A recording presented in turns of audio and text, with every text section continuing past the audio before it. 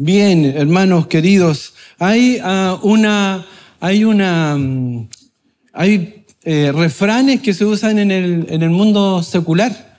Y Miguel de Cervantes usó uno mucho en su segundo libro, la segunda parte del Quijote. ¿Alguien leyó el Quijote?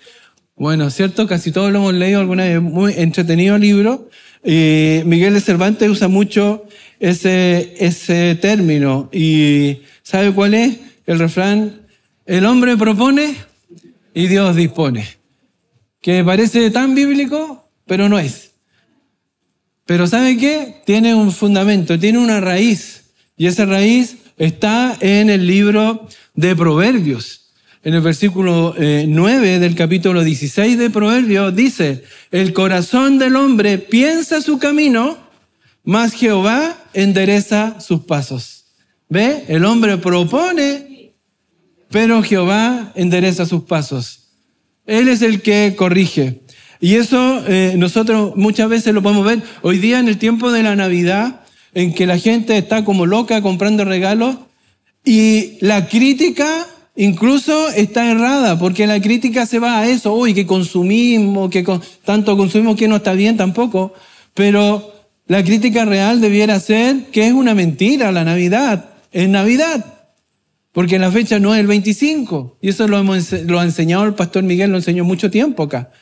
No es el 25 es la fiesta de solsticio de verano que tenían los paganos, y cuando llegó la Iglesia Católica hizo eso lo puede buscar en Wikipedia, lo pueden buscar en libros seculares, ni siquiera en libros cristianos, y eso ellos lo tomaban y dijeron, ok, aquí hay una celebración, nace el Dios Sol, entonces, hagamos algo para que todo encaje, juntemos el nacimiento de Cristo con el nacimiento de Dios Sol y todos celebramos. Y hacemos nuestras fiestocas, nuestros bacanales, nos entregamos nuestros regalos, porque eso hacían, ellos se entregaban regalos, los patrones a los trabajadores entre ellos.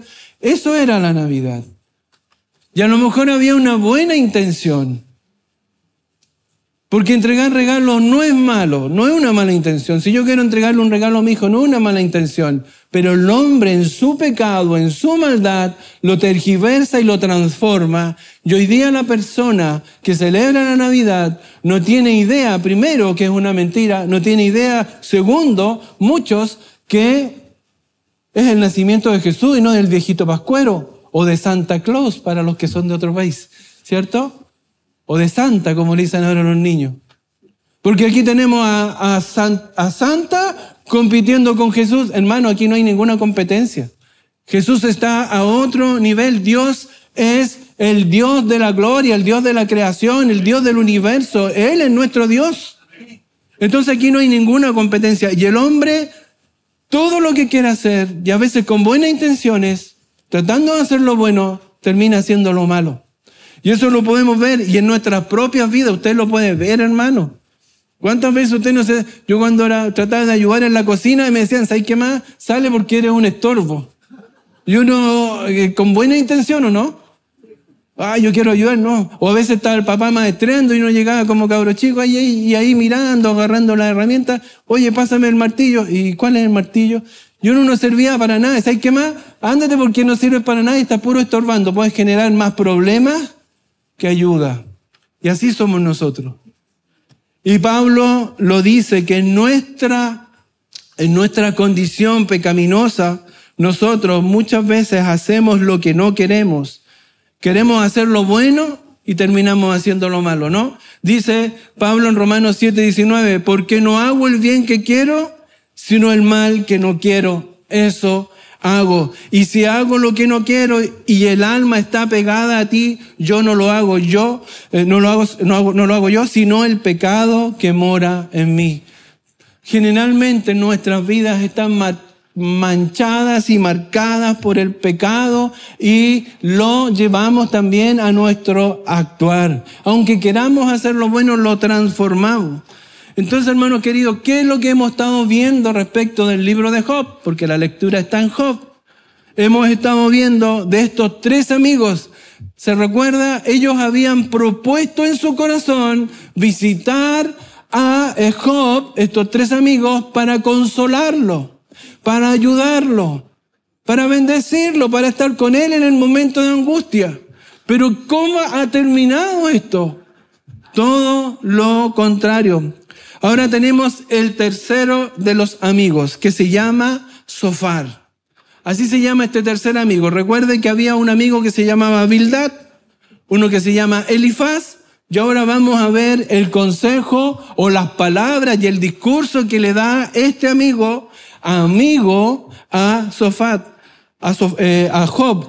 Este amigo Zofar a Job, el tercer amigo. ¿Sabe la característica de este tercer amigo? Que es un legalista. Un legalista, pero de los clásicos. Existen, podríamos decir, 3 tipos de legalismo.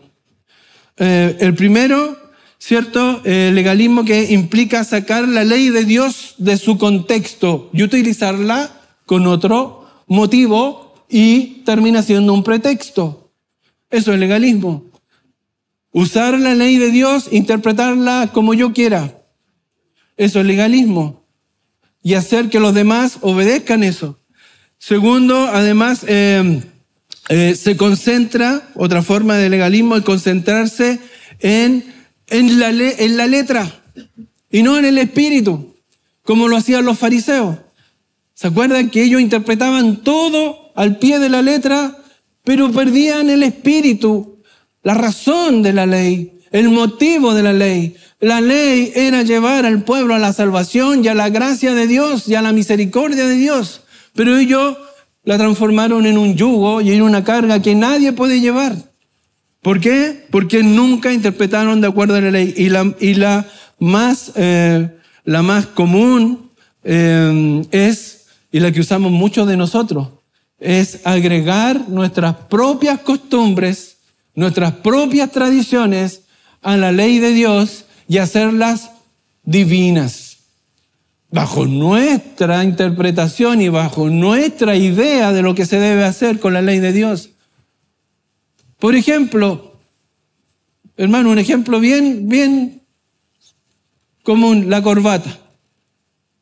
Usted es legalista cuando ve a alguien que está sin corbata predicando el evangelio. Ahora, ¿por qué yo me pongo corbata? Porque yo entiendo que ante el Rey de Reyes y el Señor de Señores, nuestro Dios Todopoderoso, yo me voy a poner corbata porque si lo voy a hacer para un presidente, ¿por qué no lo voy a hacer para Dios?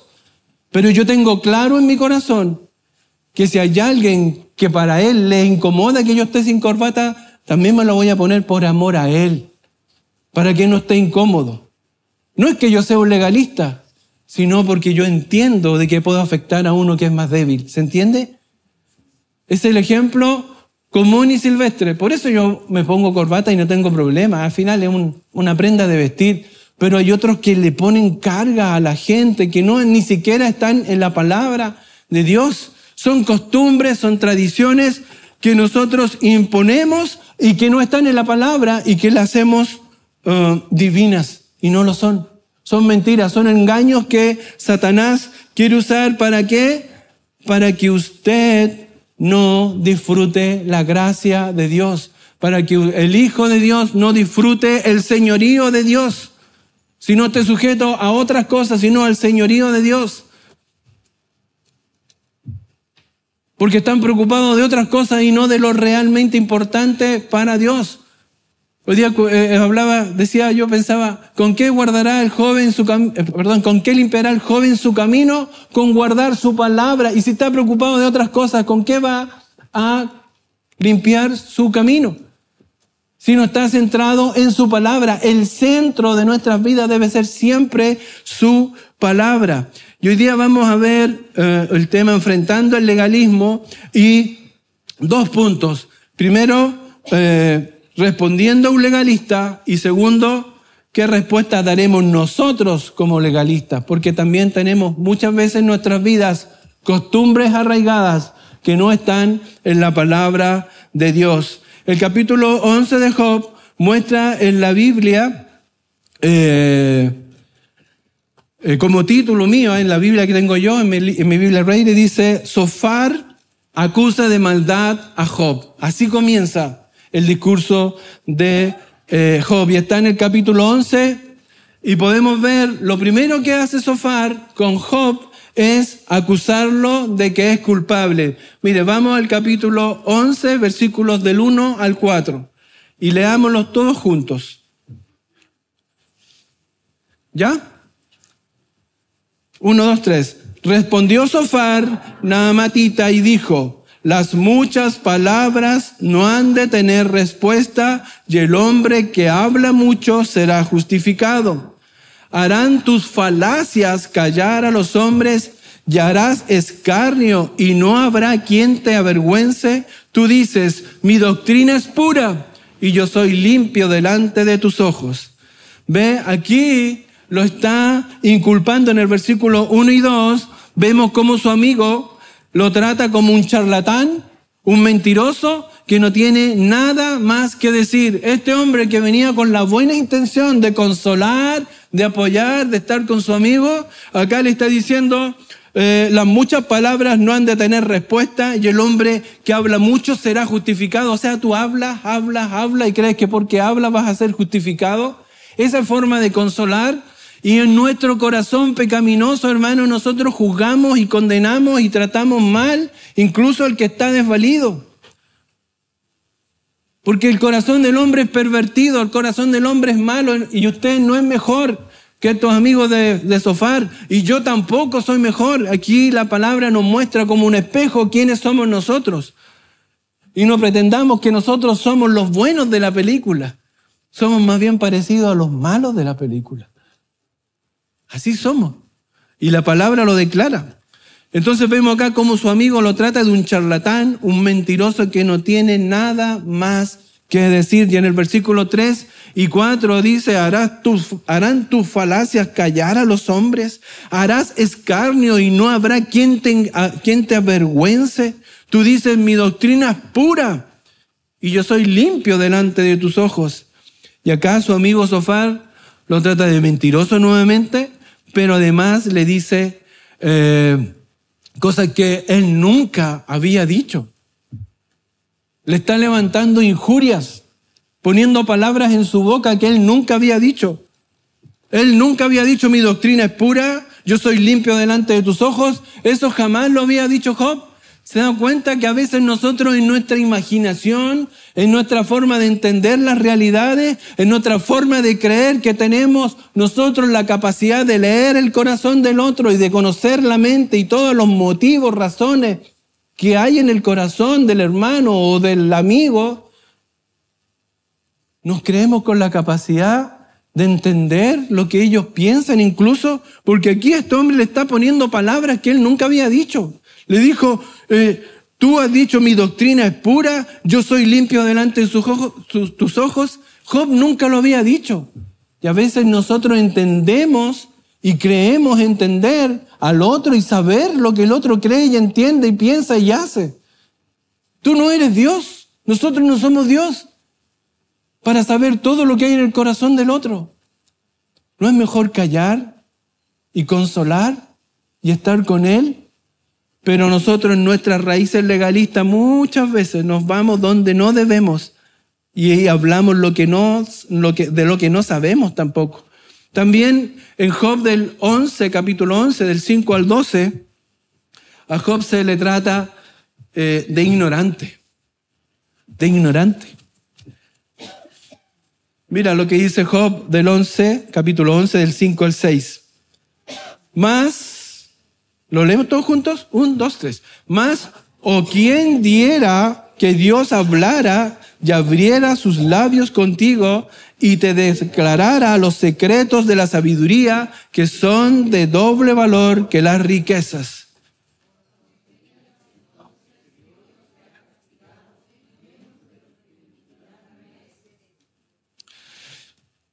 Entonces, ¿qué es lo que le está diciendo? ¿Conocerías entonces que Dios te ha castigado menos de lo que tu iniquidad merece? Eso le está diciendo. Se trata a Job como una persona ignorante que no conoce a Dios. ¿Qué sabes tú si el otro conoce o no conoce a Dios? ¿Qué sabemos nosotros de lo que el otro conoce o no conoce a Dios?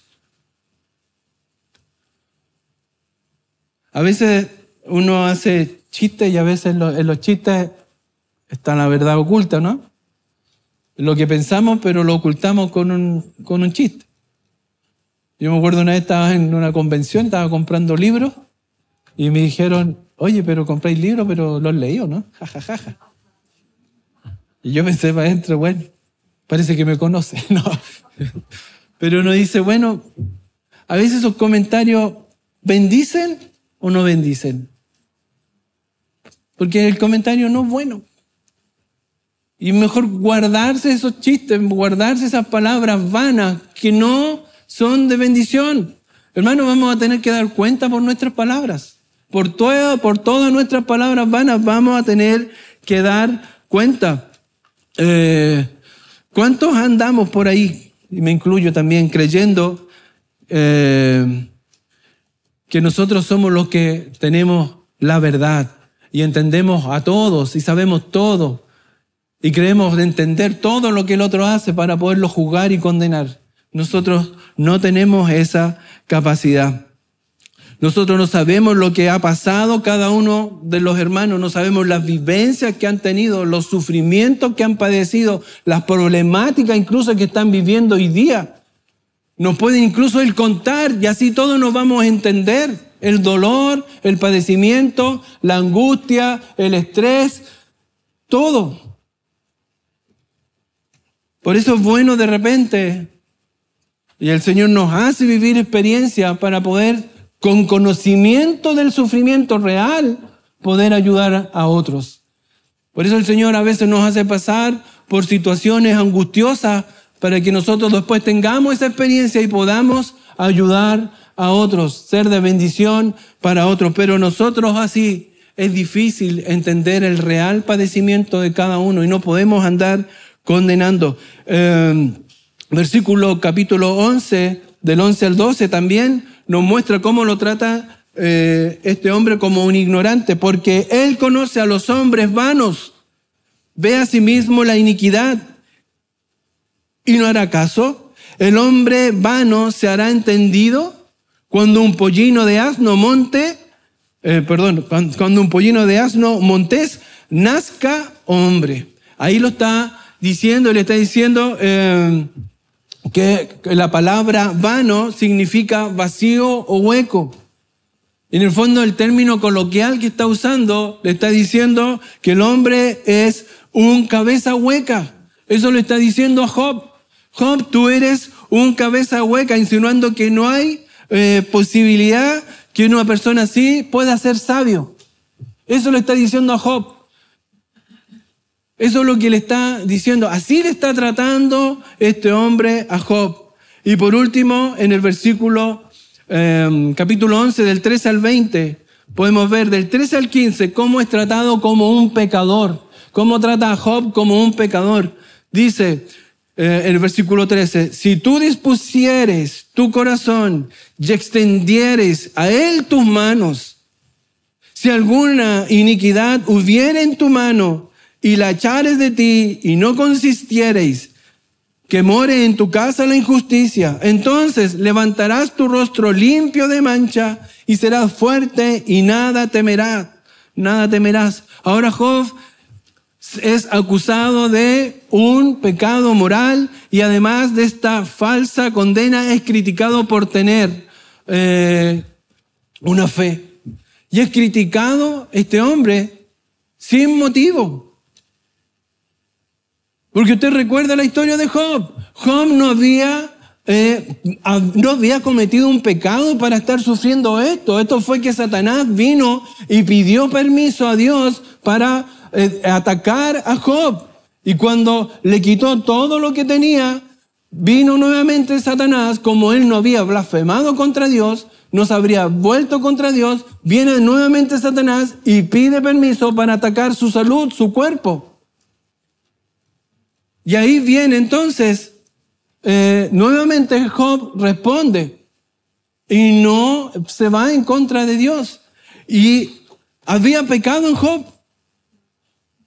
No digo que él era perfecto, hermano, aquí no estamos hablando de la impecabilidad. Estamos hablando de que en esta situación Job no había pecado. Y a veces nosotros cometemos ese error de llamar, no, a lo mejor tú estás enfermo, hay un pecado en tu vida oculto. Y no digo que Dios no tenga la capacidad de corregir, de tomar tu vida y transformarla y moldearla por medio de una enfermedad cuando estás en rebeldía. Pero Dios no va a actuar así. Así piensa el legalista de Dios. Un hijo de Dios que piensa y entiende la gracia de Dios, el amor de Dios, la misericordia de Dios, entiende que Dios utiliza todo lo que está para moldear tu vida, para servirle a Él, para servirle a Dios y servir a tus hermanos. Versículo 16 y 20 termina del capítulo 11 diciendo el discurso de Sofar, diciendo lo siguiente: y olvidarás tu miseria, o te acordarás de ella como de aguas que pasarán. La vida te será más clara que el mediodía, aunque oscurecieres serás como la mañana. Tendrás confianza porque hay esperanza. Mirarás alrededor y dormirás seguro. Te acostarás y no habrá quien te espante, y muchos suplicarán tu favor, pero los ojos de los malos se consumirán y no te tendrán refugio, y su esperanza será dar su último suspiro. Estas palabras parecieran un buen consejo, pero le están diciendo a Job que es un pecador, por eso no está viviendo así. Le está encarando en su rostro de que él está viviendo esta miseria, esta enfermedad, este sufrimiento, este abandono, este silencio de Dios por su pecado. Y nosotros sabemos hoy que eso no es así. Y estos hombres están completamente equivocados. Y ahora vamos a ver la respuesta de Job y cómo Dios nos enseña cómo enfrentar a este legalismo, a este ataque sin merecer. Lo primero que hace Job, podemos ir al capítulo 12 de Job, en el versículo 2 y 3, y le responde, y un poco con sarcasmo, parece que Job ya está aprendiendo un poco cómo responder a este tipo de ataque, porque ya es el tercer amigo que le está levantando toda esta acusación. Dice, primero, respondiendo, versículo 2 y 3, versículo 2 y 3. Bueno, también el 1 dice, respondiendo entonces Job diciendo, ciertamente vosotros sois el pueblo y con vosotros morirá la sabiduría. Mirá lo que le dice Job. Hay sarcasmo, ¿no? ¿Lo entiende? Dice, ciertamente vosotros sois el pueblo y con vosotros morirá la sabiduría. Usted, o sea, si ustedes se mueren, no hay más sabiduría. Son los más sabios. Se nos puso pillín, Job. También tengo yo entendimiento con vosotros. O sea, ustedes no son los únicos que saben de la palabra. Ustedes no son los únicos que saben de Dios. También tengo yo entendimiento como vosotros. No soy yo menos que vosotros. ¿Y quién habrá que no pueda decir otro tanto? Hermano, usted no es menos que nadie frente a Dios. Y no es más que nadie frente a Dios. Usted es hijo de Dios. Y usted tiene el mismo acceso a la palabra de Dios. Usted tiene el mismo acceso a los medios de gracia de Dios, a la oración, al ayuno, a la misericordia, a la gracia de Dios, a la palabra de Dios. Usted tiene el mismo acceso. El problema es que muchas veces nosotros nos limitamos en todo eso por nuestra carnalidad, por nuestra pecaminosidad. Porque no hay ninguno acá que pueda decir, yo no puedo leer la palabra de Dios. ¿Hay uno acá que pueda decir eso? Yo no puedo orar. ¿Hay alguno que pueda decir que yo no, realmente no puedo orar? No tengo ese chip. No, cuando me crearon no me pusieron el chip de la oración. ¿No? ¿Hay alguno? Hermano, todos tenemos el mismo acceso. Usted es hijo de Dios y no es más ni menos que ninguno. El Señor dijo, hay uno que es el más grande de todos, ¿cierto? Lo nombró así como Juan el Bautista. No hay uno más grande que este. Pero no significa que usted sea menos valioso que Él. Porque Cristo vino a morir por ti en la cruz. Cristo vino a pagar el precio por ti en la cruz. Él te amó tanto que el Rey de Reyes y Señor de Señores dejó la gloria para venir acá. ¿Cuándo? Vino según la Navidad, ¿cierto? Vino Él, nació en un pesebre humilde, el Rey de Reyes y Señor de Señores, vino acá a nacer para morir por ti. ¿Eres valioso? Sí. Pero lo vuelvo a decir y lo he dicho en otras exposiciones. No te pongas tú en el centro del universo. No es que yo soy tan importante que Dios vino a morir por mí. No, Él vino a morir porque Él te ama y su amor es el importante. El Dios de la creación es el importante. Él es el que nos creó para bendecirnos y para amarnos. Este no era el plan de Dios. El hombre por su pecado se rebela y se pierde. Entonces, hermanos queridos, nosotros no somos ni más ni menos que ningún otro. Y ahí debemos estar siempre. Y nuestras limitaciones están por nuestra condición de pecador, que se nos hace tan angustioso leer la palabra, estudiarla, escudriñarla. Se nos hace tan angustioso muchas veces orar. Se nos hace tan angustioso venir y estar en comunión. Se nos hace tan angustioso perdonar y amar.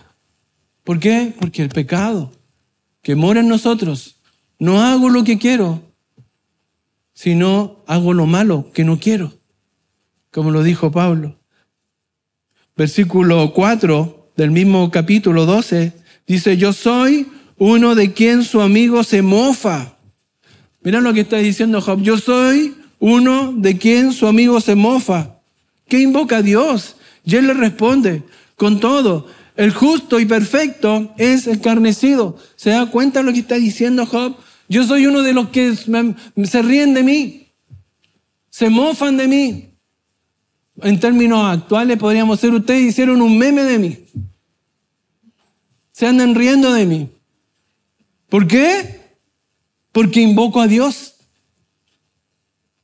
¿Se entiende ahí o no? Yo soy uno de quien su amigo se mofa, que invoca a Dios. Y él le responde: con todo, el justo y perfecto es encarnecido. Él es un encarnecido, un atacado. ¿Puede haber un insulto más grande y ser un motivo de risa ante los ojos de los demás? Un hombre que está en esa condición desdichada, enfermo, en un basural seguramente, en un lugar aislado por su enfermedad en la piel, con un sartén rascándose, y vienen y lo insultan así, se mofan, se ríen de él. Hermano, no podemos ser así. Es una forma en que el legalismo nos lleva muchas veces, sin darnos cuenta, a atacar así a las personas que están padeciendo. Segundo punto. La importancia del conocimiento de Dios y su grandeza. Si tú quieres responder al legalismo, tienes que tener esa claridad y el conocimiento de Dios y su grandeza, como lo dice Job. Job 12, del 9 al 10, dice: ¿qué cosa de todas estas no entiende que la mano de Jehová lo hizo? Ahí estaba hablando de los animales. En el versículo previo está hablando de los animales y dice: ¿qué cosa de todo estas no entienden que la mano de Jehová la hizo? En su mano está el alma de todo viviente y el hálito de todo el género humano. Entonces Job los está desafiando a sus amigos, citando la grandeza de Dios y el conocimiento de Él, que Dios lo hizo todo y todo fue creado por Él. Ese es el conocimiento que tiene Job y lo veíamos en la lectura bíblica que hoy día tuvimos. ¿Cuál era el conocimiento que tenía Job? Con Dios, dice el versículo 12-13, dice: con Dios está la sabiduría y el poder, suyo es el consejo y la inteligencia. Si Él derriba, no hay quien edifique. Encerrará al hombre y no habrá quien le abra. Si Él detiene las aguas, todo se seca. Si las envía, destruye la tierra. Con él está el poder y la sabiduría. Suyo es el que yerra y el que hace errar. Él hace andar despojado de consejo a los consejeros y entonces a los jueces. Él rompe las cadenas de los tiranos y les ata una soga a sus lomos. Él lleva despojado a los príncipes y trastorna a los poderosos. Priva del habla a los que dicen verdad y quita a los ancianos el consejo. Él derrama menosprecio sobre los príncipes y desata el cinto de los fuertes. Él descubre las profundidades de las tinieblas y saca la luz de la sombra de muerte. Él multiplica las naciones y Él las destruye. Esparce a las naciones y las vuelve a reunir. Él quita el entendimiento a los jefes del pueblo de la tierra y los hace vagar como por un yermo sin camino. Van a tientas como en tinieblas y sin luz y los hace errar como borrachos. He aquí. Todas estas cosas han visto mis ojos, dice Job, y oído y entendido mis oídos. Job tenía un conocimiento cabal de la grandeza de Dios. Job había entendido y conocido al Dios Todopoderoso. Parece que Job se entusiasma en este trozo y describe todo lo poderoso y que él sabe que es Dios. Todo su conocimiento tiene este fundamento y está fundado en Dios. Dios el inescrutable, Dios el todopoderoso, Dios es quien Él dirige todas las cosas, es el que saca y quita. ¿Qué conocimiento tenemos nosotros de la grandeza de Dios? Somos como Esdras que veíamos en una predicación, en la reunión de miembros, estuvimos viendo eso. Esdras capítulo 7, versículo 10. Nos mostraba el propósito que había en su corazón de estudiar diligentemente la ley de Dios. ¿Para qué? Para enseñar sus estatutos, sus leyes, su palabra. Eso es lo que nos muestra cómo él propuso en su corazón diligentemente aprender de la palabra de Dios para compartirla y enseñarla. ¿Qué hacemos nosotros con nuestra vida? ¿Cuántas cosas has hecho tú en tu vida para aprender y escudriñar la palabra de Dios? ¿O nos quedamos con el entendimiento por encima? Cuando nos metemos a bucear y queremos con el snorkel, andamos por arriba nomás, ¿cierto? Para ver los corales de arriba, así, para un pececito de color. Pero los que se meten a las profundidades saben los misterios del océano. Los buzos, esos que se meten a lo más profundo, conocen el misterio, cosas que pocos saben. ¿Cómo somos nosotros? ¿Qué tipo de buceadores somos? ¿De estos de snorkel con la palabra de Dios? ¿O somos aquellos que nos metemos a escudriñar y a buscar la verdad, la palabra, el mensaje profundo de Dios? Y conocer así la grandeza de Dios es un desafío. Pero para enfrentar el legalismo debemos estar centrados en nuestra posición en Dios y centrados en el conocimiento de la grandeza de Dios. Tercero, también vivir en integridad como Job. Job 13, 12 al 5 dice: como vosotros lo sabéis, lo sé yo. No soy menos que vosotros, mas yo hablaría con el Todopoderoso y querría razonar con Dios, porque ciertamente vosotros sois fraguadores de mentiras. Sois todos vosotros médicos nulos. Ojalá callarais por completo, porque esto os fuera sabiduría. Y aquí le está hablando Job de que mejor es que se queden callados porque son médicos inútiles. O sea, ustedes todo lo que hablan no sirve para nada. Y aquí viene este consejo de Job. Ojalá callarais por completo porque esto os fuera sabiduría. Y esto está muy ligado a Proverbios, ¿cierto? 17, del 27 al 28 dice: el que ahorra sus palabras tiene sabiduría. De espíritu prudente es el hombre entendido. Aún el necio, cuando calla, es contado por sabio. El que cierra sus labios es entendido, hermano. Aquí está claro el consejo, la palabra. Mejor cállate. Si no tienes, hay un refrán también que dice: si no tienes nada bueno que decir, mejor quédate callado. Y a veces calladito te parece tan inteligente, dice la palabra, ¿no? ¿Cierto? Cuando calla es contado por sabio. El que cierra sus labios es entendido. Aún el necio cuando calla es contado por sabio. Hermano, mejor, menos palabra y más escuchar. Menos palabra y más escuchar. Pero Job tenía una integridad en su vida. Él tenía un testimonio en su vida que nadie le podía reprender. Los amigos le están levantando calumnias. No le están diciendo verdades. Dios dijo que Job era íntegro. Eso es lo que dijo Dios. ¿Se equivocó Dios? No. Los equivocados son sus amigos. Y él en esa integridad, él puede defender su posición. Segundo, Job 13, del 5 al 12 dice, ojalá callarais por completo, porque esto os fuera sabiduría. Oíd ahora mi razonamiento y estad atentos a los argumentos de mis labios. ¿Hablaréis iniquidad por Dios? ¿Hablaréis por el engaño? ¿Haréis acepción de personas a su favor? ¿Contenderéis vosotros por Dios? Y mira esta pregunta. ¿Sería bueno que Él os escudriñase? Mira cómo los enfrenta. Sería bueno que Él os escudriñase. ¿Os burlaréis de Él como quien se burla de algún hombre? Él os reprochará de seguro. Si solapadamente hacéis acepción de personas, de cierto su alteza os habría de espantar y su pavor habría de caer sobre vosotros. Vuestras máximas son refranes de ceniza y vuestros baluartes son baluartes de lodo. Job los enfrenta diciéndoles que el nombre de Dios, que en el nombre de Dios pueden estar haciendo el mal. Aquí le está diciendo, ustedes en el nombre de Dios pueden estar haciendo lo injusto. En el nombre de Dios pueden estar haciendo lo que no se debe. En el nombre de Dios pueden estar completamente equivocados. Y los pone en su lugar. Hablar engaño.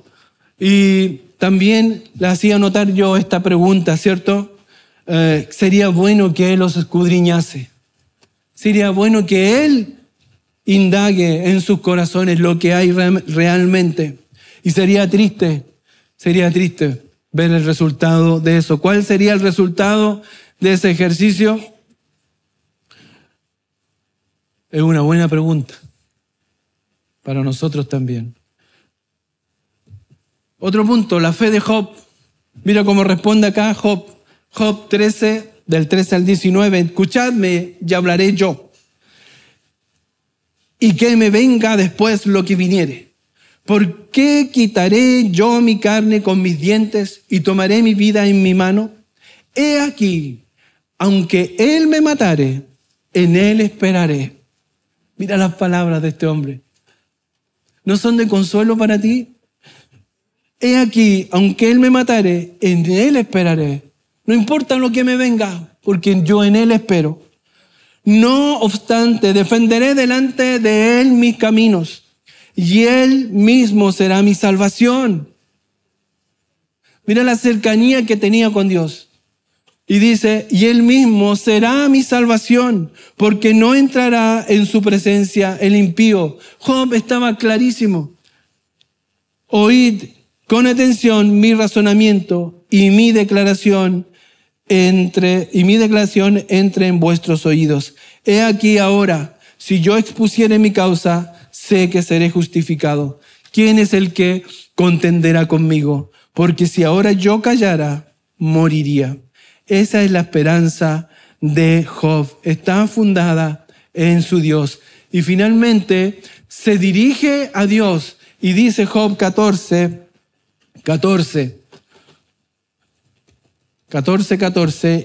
dice, si el hombre muriere, ¿volverá a vivir?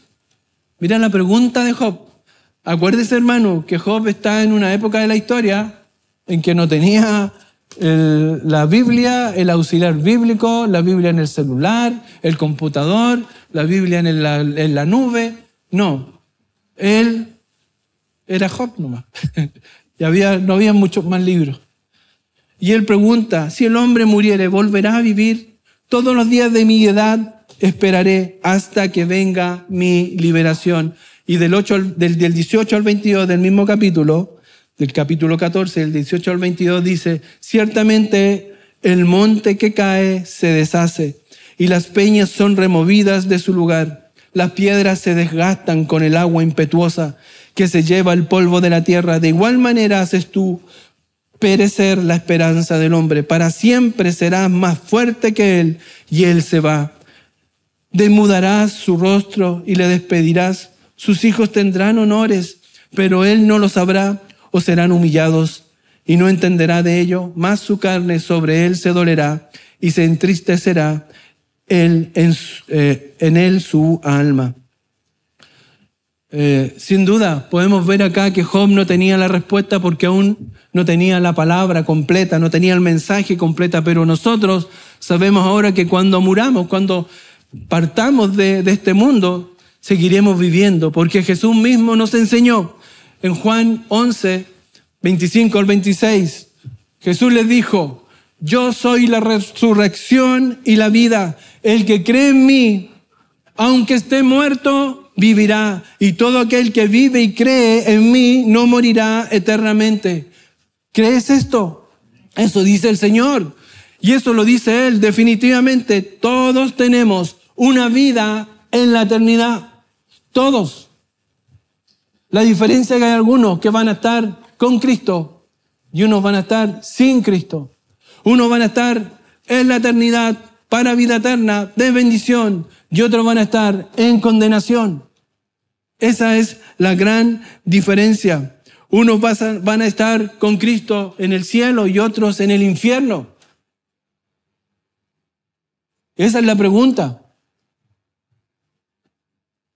Alguien me puede decir: Cristian, pero acá somos todos cristianos, lo tenemos claro.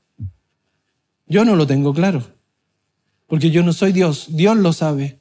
Y el mensaje de salvación se debe entregar siempre, porque si hay alguno que no lo ha entendido bien, es bueno que se le aclare. Nunca está de más, hermanos. Y los que están en las redes sociales y lo está escuchando, también te pregunto, te hago la pregunta: ¿tienes vida eterna? Y yo te respondo sí. La diferencia es dónde la vas a pasar, dónde vas a estar. Segundo punto, ¿qué respuesta daremos nosotros? ¿Somos nosotros legalistas? Primero, es muy probable que usted esté cayendo en el legalismo si no ha hecho esto. ¿Está usted buscando diligentemente conocer las profundidades de Dios o solo tocándola superficialmente? Le hago esa pregunta, hermano. ¿Está usted hoy día diligentemente buscando las profundidades de la enseñanza, de la doctrina, de Dios, de quién es tu Dios? Y la respuesta obviamente solamente la tiene usted. En nuestra cultura, en nuestra forma de vivir hoy día tan atareada, podemos volvernos expertos en dar respuestas falsas. Es lo más fácil. Oye, no, es que no tengo tiempo. Hermano, eso es una mentira. Es una mentira. Yo cuando estaba en el servicio militar, me acuerdo que tenía una parte del pantalón rota. Y el cabo me dijo, a ver, oye, tenéis roto aquí. Los que han hecho el servicio se van a acordar lo que hace, ¿cierto? Tienes rotito aquí. Y le dije, sí, mi cabo, ¿y dormiste ayer? Sí, dormí. ¿Y por qué dormiste si tenías tu pantalón roto? Es que la noche es para dormir. No es para dormir si tienes obligaciones. Cuando tú tengas tus obligaciones completas, te puedes ir a dormir. Entonces, como aquí cae un dedito, cae la mano entera. Y ahora vas a tener que coser más. Siempre tenemos tiempo. Lo que pasa es que le damos prioridad a otras cosas. Y nunca le damos el tiempo que se merece la palabra de Dios. Job 11, del 7 al 8 dice, descubrirás tú los secretos de Dios, llegarás tú a la perfección del Todopoderoso. Es más alta que los cielos. ¿Qué harás? Es más profunda que el Seol. ¿Cómo la conocerás?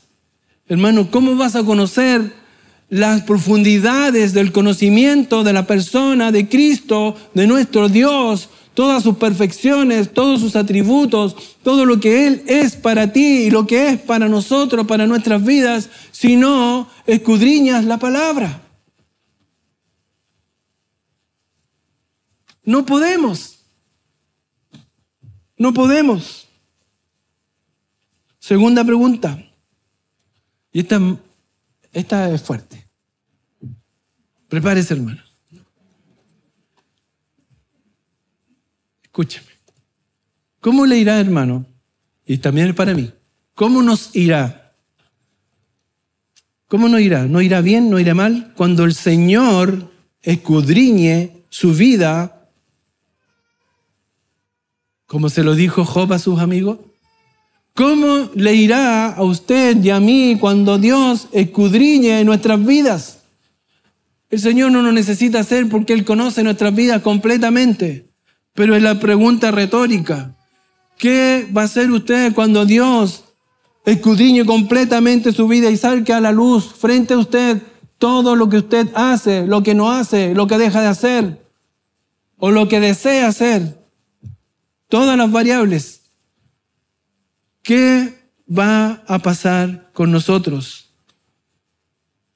Job 13:9 dice, sería bueno que Él escudriñase. ¿Os burlaréis de Él como quien se burla de algún hombre? Nosotros no podemos burlar a Dios y Él conoce todo lo que hacemos, todo lo que hay en nuestros corazones. La única forma de que podamos ir ante el Señor es conociéndolo a Él, viviendo la palabra que aprendemos. Cuando aprendemos y escudriñamos sus escrituras, andamos viajando por las profundidades del conocimiento de Dios y la vivimos y la hacemos real en nuestras vidas. Podemos estar tranquilos y decirle, Señor, yo vivo lo que aprendí de ti. Soy pecador. Y Cristo me salvó, Él pagó por mí y Él me justifica. Pero un día vamos a ser juzgados, hermanos. 2 Corintios 5:10, porque es necesario que todos nosotros comparezcamos ante el tribunal de Cristo para que cada uno reciba según lo que haya hecho mientras estaba en el cuerpo, sea bueno o sea malo. Claro, somos todos salvos, hermanos, sí. Somos salvos por gracia, sí. La salvación no la perdemos, sí.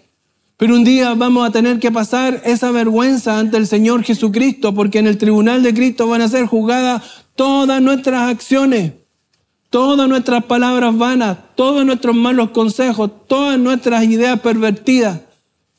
Van a ser juzgadas ahí. Ay, que yo no sabía, tenías la palabra, ¿por qué no la leíste?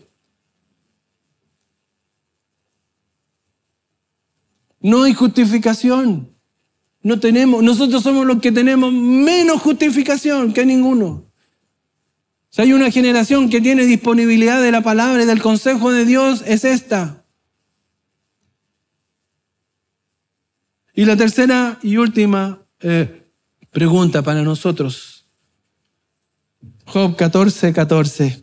Si el hombre muriere, ¿volverá a vivir? Todos los días de mi edad esperaré hasta que venga mi liberación. Y pregunto nuevamente, ¿estás seguro que un día vas a volver a vivir? ¿En qué está cimentada esa seguridad? En Cristo, en su muerte en la cruz, en la fe de que Él pagó por tus pecados y Él fue quien te liberó de la condenación, porque la paga del pecado es la muerte, más la dádiva de Dios, el regalo de Dios, es vida eterna en Cristo Jesús.